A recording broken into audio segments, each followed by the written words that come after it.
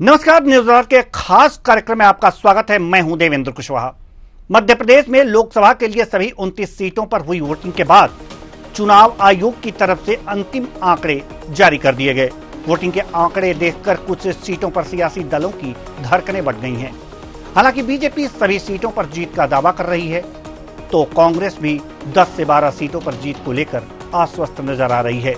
लेकिन मतदान प्रतिशत ने पार्टियों के साथ साथ उम्मीदवारों की चिंता भी बढ़ा दी है, जिस पर आज हम चर्चा करेंगे। इससे पहले ये रिपोर्ट देखिए। लोकसभा सीटों पर 66.77% मतदान। 2019 के आम चुनाव की तुलना में 4% कम मतदान। 2019 के चुनाव में 29 सीटों पर 71.6% वोटिंग। इस बार 23 सीटों पर घटा वोट का आंकड़ा। विधानसभा चुनाव की तुलना में 10% तक कम वोटिंग। आधा दर्जन सीटों पर वोटिंग प्रतिशत में मामूली इजाफा। विदिशा में 2.69% वोटिंग बढ़ी। गुना में 2.11% ज्यादा वोट पड़े। ज्यादा वोटिंग वाली सीटों में राजगढ़ भी शामिल। राजगढ़ में 2019 की तुलना में 1.65% ज्यादा वोटिंग। सागर, भिंड में भी वोटिंग प्रतिशत में वृद्धि, लेकिन 1% से कम। रतलाम में 2.8% मतदान घटा। धार में 3.75% मतदान घटा। खरगोन में 2.3% मतदान घटा। आम चुनाव में जो मतदान प्रतिशत घटा, उससे सियासी दल चिंतित है। जब मतदान का प्रतिशत बढ़ता है, तो जिस दल को फायदा होने की संभावना होती है, उसी दल की उम्मीदें परवाना चढ़ने लगती हैं। हम बात कर रहे हैं 2019 की तुलना में 2024 में हुए मतदान प्रतिशत को लेकर। इस बार मतदान लगभग 4% घटा है। वहीं कुछ लोकसभा सीट ऐसी हैं जहां 10 से 14% तक कम वोटिंग हुई है। मध्य प्रदेश में यह हैरान करने वाला मामला है, क्योंकि राजनीतिक दल और चुनाव आयोग दोनों ही ने मतदान प्रतिशत बढ़ाने के लिए पूरी ताकत झोंक दी थी। ऐसे में सवाल ये भी उठते हैं कि क्या मतदाता कंफर्ट जोन में चला गया? क्या उम्मीदवारों ने कोई मेहनत नहीं की? क्या पार्टियों के संगठन ने कोई सक्रियता नहीं दिखाई? ये सब कुछ सरकार पर निर्भर था, मतदाताओं के मन पर निर्भर था। कम और ज्यादा मतदान पर दरअसल राजनीति में गणित लगाना थोड़ा मुश्किल होता है। पहले कहा जाता था कि बढ़ा हुआ मत प्रतिशत सरकार के खिलाफ जाता है, लेकिन पिछले कुछ चुनाव का रिकॉर्ड देखें तो बढ़ा हुआ मत प्रतिशत सरकार के पक्ष में जाता हुआ दिखाई दिया है। तो क्या इस बार कम मत प्रतिशत सरकार के खिलाफ जाएगा? जब बढ़ा हुआ मत प्रतिशत सरकार के पक्ष में है, तो कम मत प्रतिशत किसके पक्ष में जाएगा? बड़ा सवाल यही है, जिसका जवाब हमें 4 जून को मिलेगा। राज्य में लोकसभा चुनाव में हुए कम मतदान ने सभी उम्मीदवारों से लेकर राजनीतिक दलों की भी चिंता बढ़ा दी है। भाजपा के प्रदेश अध्यक्ष विष्णु दत्त शर्मा ने कहा है कि प्रदेश की जनता ने नरेंद्र मोदी को तीसरी बार प्रधानमंत्री बनने के लिए मतदान किया है। राज्य की सभी 29 सीटों पर भाजपा को जीत मिलेगी। और एक आपका डाला हुआ एक वोट भारत के विशेष भारत के संकल्प को पूरा करेगा। इस लोकतंत्र के महापर्व में आपके एक वोट की बहुत महत्वपूर्ण भूमिका है। मुझे विश्वास है ये जो मतदान हुआ है, इस मतदान के अंतर्गत वोट शेयर बड़ी संख्या में भारतीय जनता पार्टी को मिलेगा। माननीय प्रधानमंत्री मोदी जी को तीसरी बार भारत का प्रधानमंत्री बनाने के लिए जो मध्य प्रदेश की जनता 29 की 29 सीटें जीत करके जनता का आशीर्वाद भारतीय जनता पार्टी को मिल रहा है, और आज तक के इतिहास का मध्य प्रदेश का सर्वाधिक vote share Bharatiya Janata party को मिलेगा। इसलिए मैं पुनः एक बार सबका हृदय से आभार और धन्यवाद। वहीं कांग्रेस की ओर से लगातार दावा किया जा रहा है कि इस बार जो नतीजे आएंगे वह चौंकाने वाले होंगे। देश और प्रदेश की जनता भाजपा की गारंटी को जान गई है कि झूठी है। कांग्रेस के 5 न्याय और वचन पत्र, 25 गारंटी पे नरेंद्र मोदी ने 20 भाषणों में जिक्र कर दिया। जब परिणाम आएंगे आश्चर्यचकित आएंगे। कई पत्रकार लिखते हैं, कई परिवार के लोग भी बताते हैं कि कहीं 2 सीट आएगी, कोई 5 सीट आएगी, कोई 9 सीट आएगी, कहीं 11 भी हो सकती है। बीजेपी की 29 तो नहीं, अब यार 5-7 तो कांग्रेस ला सकती है। ऐसी बातें अखबारों में भी आप लोगों की बातों में हम सुनते रहते हैं। कि हमारी डबल डिजिट में यहाँ की लोकसभा सीट भी निकल जाए तो बहुत आश्चर्य मत समझना आप लोग, और मध्य प्रदेश की जनता भी नहीं समझे, पर हम विपक्ष में हमारा दायित्व है। ये चुनाव आए, हमने चुनाव की प्रोसेस पूरी की, अब हमारा दायित्व है हमारे संगठन को स्ट्रेंथन करना, हमारी विचारधारा और आइडियोलॉजी पे काम करना। नेता और जनप्रतिनिधि के अपनी अपनी जीत का दावा करते नजर आ रहे हैं। सबके अपने दावे हैं। भाजपा इस घटे हुए मत प्रतिशत में भी अपने लिए लाभ देख रही है, तो कांग्रेस इसे अपने लिए अनुकूल बताती नजर आ रही है। कुल मिलाकर यह राजनीतिक नफा नुकसान के गणित का हिसाब अब 4 जून को होगा, जब नतीजे आएंगे। डेस्क रिपोर्ट, न्यूज़ आज भोपाल।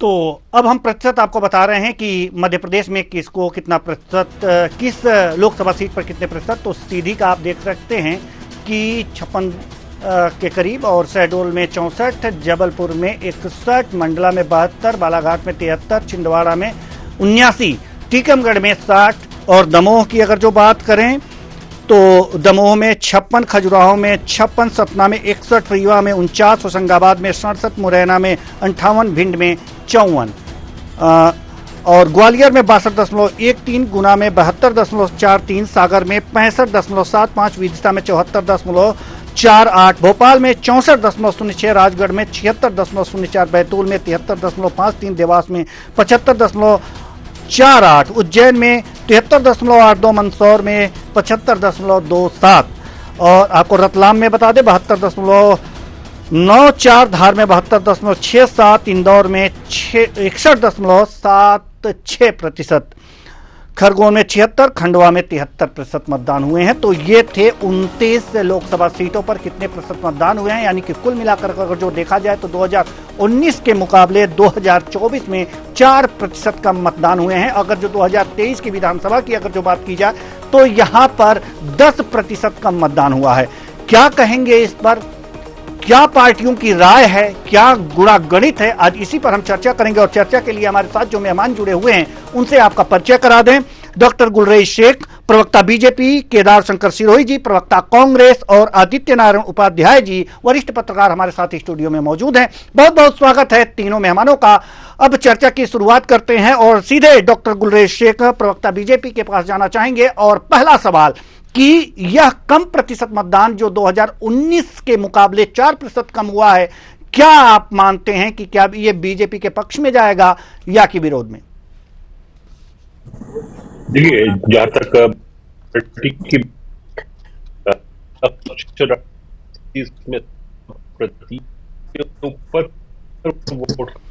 माफ कीजिएगा डॉक्टर गुलरेज शेख, आपकी आवाज कट कट के आ रही है, तो सही तरीके से नहीं आ पा रही है, तो हम आप पास थोड़ी देर बाद आएंगे। तकनीकी टीम हमारी आपसे संपर्क करेगी।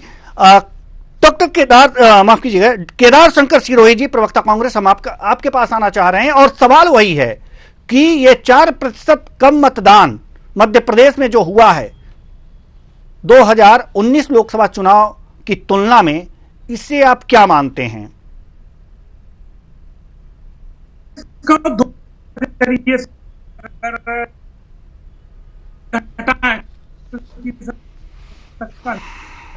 चलिए, आपकी भी आवाज हम तक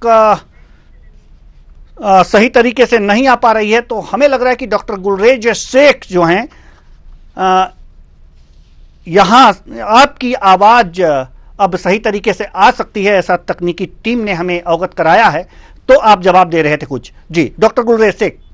देखिए देवेंद्र भाई, बड़ी स्पष्ट बात है कि मतदान का प्रतिशत जो भी रहा हो, हमारा लक्ष्य पूर्ण हुआ है। हमारा लक्ष्य क्या था? मध्य प्रदेश में 29 में से 29% सीटें जीतना, हर एक बूथ पर 370 से अधिक वोट का इजाफा करना, और वो हो गया है। वो मैं इसलिए कह सकता हूँ क्योंकि अब तक हमारे जितने भी पन्ना प्रमुख हैं उन सबकी रिपोर्ट आ चुकी है, और पन्ना प्रमुखों ने अपना 100%, कहीं 99%, कहीं 98% और कहीं 100% उन्होंने टारगेट अचीव कर लिया है। और ये टारगेट जो दिया गया था उसी हिसाब से दिया गया था कि पिछली बार के मुकाबले 370 से अधिक वोट बढ़ जाए है प्रत्येक बूथ पर।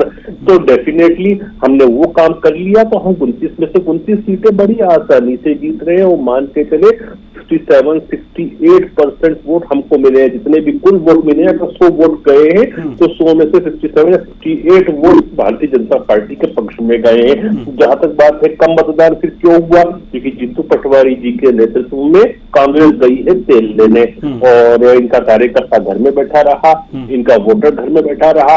अब मैं तो निकालूंगा नहीं कांग्रेस के कार्यकर्ता को, कांग्रेस के वोटर को, तो उसकी वजह से हुआ। हालांकि हम इस बात को अच्छा नहीं मानते, मतदान होना चाहिए। मतदान जितना ज्यादा होता है लोकतंत्र उतना मजबूत होता है, लेकिन जब पार्टी ही विपक्ष की तेल लेने चली जाए तो क्या करेंगे?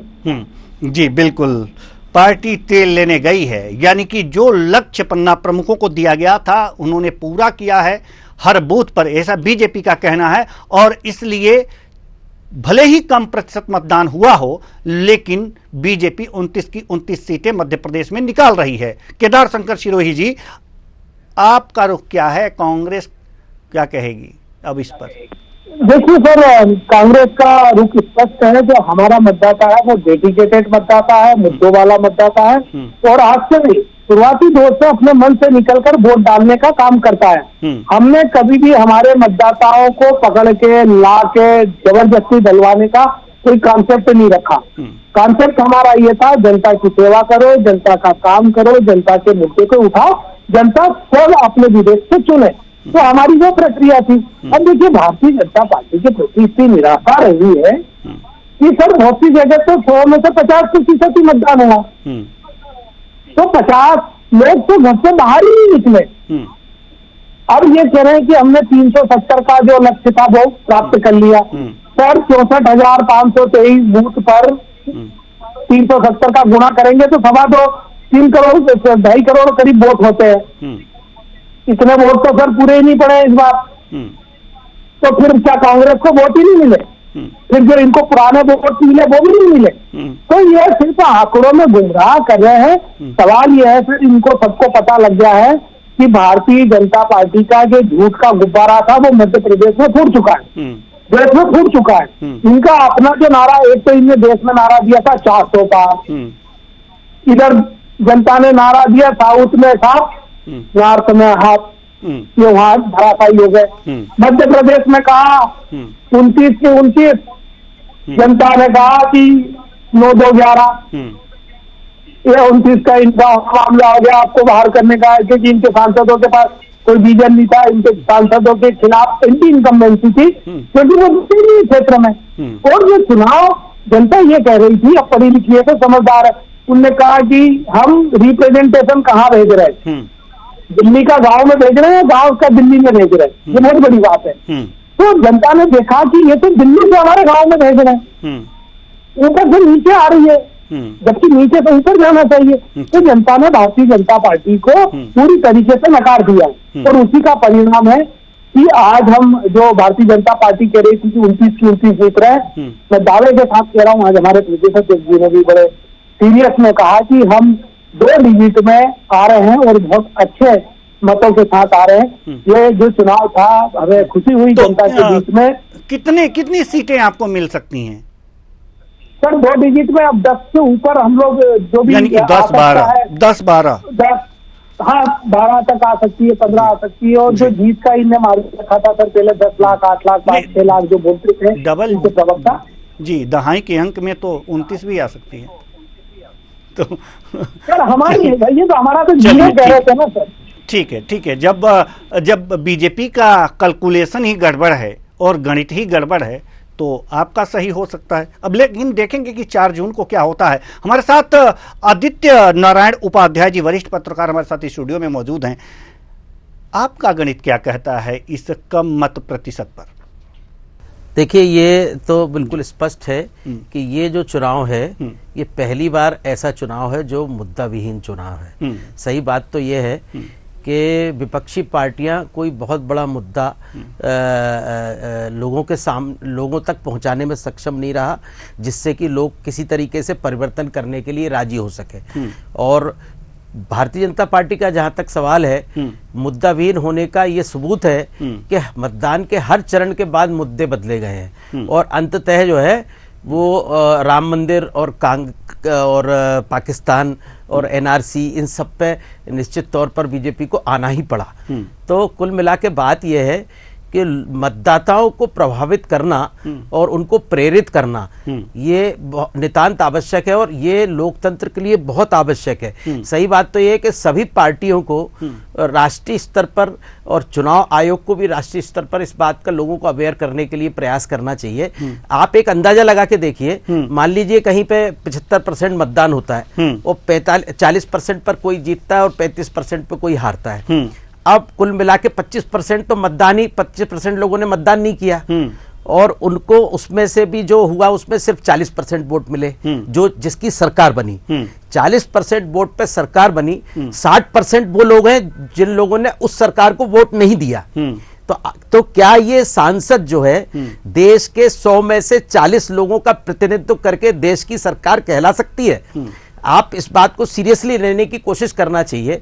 लोकसभा में जो लोग बैठते हैं, लोकसभा में ऐसे लोग होना चाहिए कि आम लोगों को लगे कि ये हमारे लोग यहाँ पे बैठे हुए हैं। तो हुआ ये है कि बहुत सारी जगह जो टिकट रिपीट किए गए हैं तो मोदी जी लोगों के काम नहीं आते हैं। जब लोगों को अपनी बात कहना होती है तो वो अपने लोकल सांसद को देखता है, सांसद से मिलना चाहता है। तो क्या वो सांसद सहज रूप से उनसे मिलते हैं? दूसरे क्या है कि पार्टियों में जो दूसरी पार्टियों के लोग आकर के मिलना चालू हो गए हैं तो पन्ना प्रभारी स्तर के जो बहुत नीचे के जमीनी कार्यकर्ता है उन कार्यकर्ताओं में उतना ज्यादा जोश नहीं देखा गया। ये हकीकत है क्योंकि हम फील्ड में रहते हैं, हमने इस बात को देखा है। लेकिन ये निश्चित तौर पर जहां तक मध्य प्रदेश की बात है, मध्य प्रदेश में भाजपा के पारंपरिक वोट हैं और भाजपा को निश्चित तौर पर 29 की 29 नहीं भी मिलती है तो कम से कम मुझे ऐसा लगता है कि ये तो खैर परिणाम ही बताएंगे। लेकिन यदि कांग्रेस को मिलेगी तो कुछ सीटें कांग्रेस को मिल सकती है, 2-4 हो सकती है, 5 हो सकती है, लेकिन भाजपा को ज्यादा सीट मिलेगी, इसमें कोई शक नहीं है, चाहे मतदान कम हो चाहे ज्यादा हो। लेकिन भाजपा के पारंपरिक वोटरों में से वो सवर्ण वोटर वो भी इस बार निश्चित तौर पर वो मतदान करने की इच्छा उन लोगों की भी, उनमें से बहुत सारे लोगों की नहीं हुई है। क्योंकि जब कांग्रेस जो है आरक्षण की बात करती है तो ले दे के भाजपा भी उसी लाइन पर चलने लगती है। तो इस आरक्षण से सीधे प्रभावित लोग हैं जो कट्टर भाजपा को वोट देने वाले रहे हैं बहुसंख्यक रूप से, तो उन लोगों ने वोट नहीं किया। ये आंकड़े बताएंगे, पन्ना प्रभारी भी इस बात की रिपोर्ट देंगे। ये बहुत जल्दी हो जाएगा आज निश्चित तौर पर कुछ कहना, लेकिन समय के साथ में ये आंकड़े निकल के सामने आएंगे और निश्चित तौर पर हर पार्टी को विचार करना पड़ेगा। जी, हर पार्टी को इस पर विचार करना पड़ेगा। डॉक्टर गुलरेज शेख, हम आपके पास आना चाह रहे हैं। सवाल यहां पर यह है कि कम तो हुई हैं, लेकिन अगर जो कुछ सीटों की बात करें, जैसे विदिशा में 2.69% वोटिंग ज्यादा हुई है, गुना में 2.11% ज्यादा हुई है, वहीं राजगढ़ में अगर जो देखा जाए तो 1.65% ज्यादा हुई है। तो इन अगर जो सीटों पर, जिन सीटों पर 19 के मुकाबले 24 में ज्यादा मतदान हुआ है, वहां आप क्या समझते हैं? एक बात तो है कि जहां पर भी कोई भी बड़ा नेता जी, चाहे माननीय शिवराज सिंह चौहान जी खड़े हों, चाहे फिर दिग्विजय सिंह जी खड़े हों, तो वहां एक अट्रैक्शन तो रहता है जनता में, चाहे किसी के पक्ष में हो या किसी के भी पक्ष में हो। लेकिन जब एक सत्तावा नेता जहां पे भी खड़ा होगा वहां आप मान के चले वोटिंग का प्रतिशत राइज होता ही होता है। तो इसको तो मैं उसी दृष्टिकोण से देखता हूँ। लेकिन यदि मैं संगठनात्मक दृष्टिकोण से बात करूंगा तो टारगेट अचीव हो रहा है और जो लोग भी कह रहे हैं कि कांग्रेस डबल डिजिट में सीट ला सकती है, तो देखिए आज मैंने जीतू पटवारी जी की प्रेस वार्ता भी सुनी, उन्होंने कहा कि पहले 3 चुनाव जो विधानसभा के हारे तो उसमें हमारी कमी थी, हमारी अर्थात कांग्रेस पार्टी की कमी थी। तो ये वो उस कालखंड की बात कर रहे थे महोदय जब वो खुद प्रदेश अध्यक्ष नहीं थे। तो हार का ठीकरा वो यादव साहब के ऊपर, अरुण यादव जी के ऊपर या कमलनाथ के ऊपर छोड़ रहे थे और अपने आप को बचा रहे थे। लेकिन मैं तो ये पूछना चाहता हूँ कि और अभी कह रहे और उस साथ उन्होंने ये भी कहा कि डबल डिजिट में उन लोगों को, कांग्रेसियों को मध्य प्रदेश में सीट आएगी। अरे भैया, तुम्हारे पिताजी ने कभी नहीं देखी डबल सीट, तुम्हारे दादाजी ने देखी होगी, लेकिन मध्य प्रदेश में कभी इनके पिताजी ने देख ली डबल डिजिट में सीट? वो साल बता दो आप मुझे। चलिए, डॉक्टर गुलरेज शेख, जैसा कि आपने कहा कि जहां बड़े नेता होते हैं वहां अट्रैक्शन होता है और वहां पर जो है वहां पर वोटिंग ज़्यादा होती है। तो अगर जो मान लें कि विदिशा में शिवराज सिंह चौहान, गुना में ज्योतिरादित्य सिंधिया हैं, इनसे अट्रैक्ट होकर लोगों ने मतदान किया है, तो वहीं राजगढ़ में दिग्विजय सिंह थे, और तो क्या ये माने कि इनसे अट्रैक्ट होकर के यहाँ पर मतदान हुआ है? तो ये राजगढ़ की सीट कांग्रेस के खाते में जा रही है और विदिशा और गुना की सीट जो है हम मान लें कि शिवराज सिंह चौहान और ज्योतिरादित्य सिंधिया के खाते में, यानी कि बीजेपी के खाते में जा रही है। तो मैंने यही कहा था कि जब भी कोई बड़ा नेता खड़ा होगा, चाहे वो भाजपा का हो या कांग्रेस का हो या कोई और दल का हो, तो एक सेकंड के लिए कहता हूँ, सपोज करो मायावती जी, अखिलेश यादव भी आके कहीं पे खड़े हो जाते तो डेफिनेटली वोट प्रतिशत बढ़ता। अब वो चाहे उनको हराने के लिए बढ़ता या उनको जिताने के लिए बढ़ता, लेकिन वोट प्रतिशत बढ़ता। और जहां तक राजगढ़ का विषय है, मैं अभी 4-5 दिन पहले नलखेड़ा में था, देवा शाहजहांपुर सीट पर प्रचार का अंतिम दिन नलखेड़ा पे था मैं। तो नलखेड़ा का जो मुझे फीडबैक मिला था, दिग्विजय सिंह जी बुरी तरह से हार रहे हैं और नलखेड़ा में चुनाव हो चुका था उस समय, क्योंकि वो राजगढ़ की सीट आती है। तो ये चीज हम आपसे जानना चाहते हैं कि यानी कि विदिशा और गुना की अगर जो बात करें तो यहाँ पर बढ़े हुए मत प्रतिशत बीजेपी को जिताने के लिए हैं और राजगढ़ में बढ़े हुए मत प्रतिशत कांग्रेस को हराने के लिए हैं शायद। अगर मैं दलादली के हिसाब से बात करूं, दलगत आधार पर बात करूं, तो मुझे यही कहना चाहिए कि डेफिनेटली यही है, लेकिन मैं डाटा के साथ बात कर रहा हूँ। और डाटा ये कह रहा है कि जो पन्ने का डाटा आया है, पन्ना प्रमुख का और बूथ का, उसमें हमारा 370 वोट बढ़ाने का टारगेट अचीव हुआ है। चाहे वो राजगढ़ में हुआ हो, चाहे विदिशा में हुआ हो, चाहे छिंदवाड़ा में हुआ हो, चाहे उज्जैन में हुआ, कहीं भी हुआ हो। तो इस आधार पर मैं कह रहा हूँ 29 में से 29 सीटें आ रही है। चलिए ठीक है, केदार शंकर सिरोही जी, आप के पास हम आना चाहेंगे, कितने सहमत हैं डॉक्टर गुलरेज शेख की बातों से और इनके गणित से? नहीं बोलना चाहिए, थोड़ी समझदारी रखें। मैं भी अभी बोलूं तो मजा नहीं आएगा। अच्छी चैनलों पे इस तरह का हल्का शब्द उपयोग नहीं करना चाहिए। आती जाती रहती है सीट। इनकी पहले कौन सी थी? इनके दादा वादा थे तब तो 2 ही हुआ करती थी ना। फिर अभी वो बातें करेंगे तो ठीक ठाक नहीं लगेगा। आगे ध्यान रहे कि थोड़ा सा शब्दों की जो चयन है वो ठीक ठाक हो। तो सवाल ये है कि हम लोगों ने मुद्दों के साथ में चुनाव लड़ा है और अच्छे से चुनाव लड़ा है, और हमारे को जो हमारे एक जनरेशन पहले भी कम डबल डिजिट में ये पूछ रहा हूँ ना, मैंने कहा गंदी बात बोली?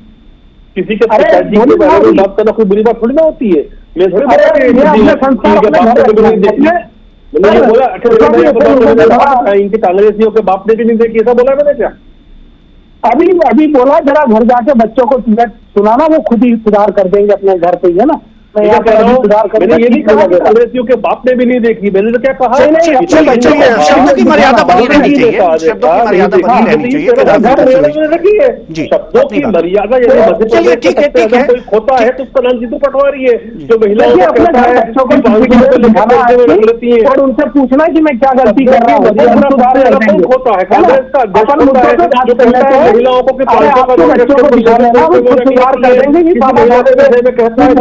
महिलाओं को कमलनाथ आइटम कहते हैं। तो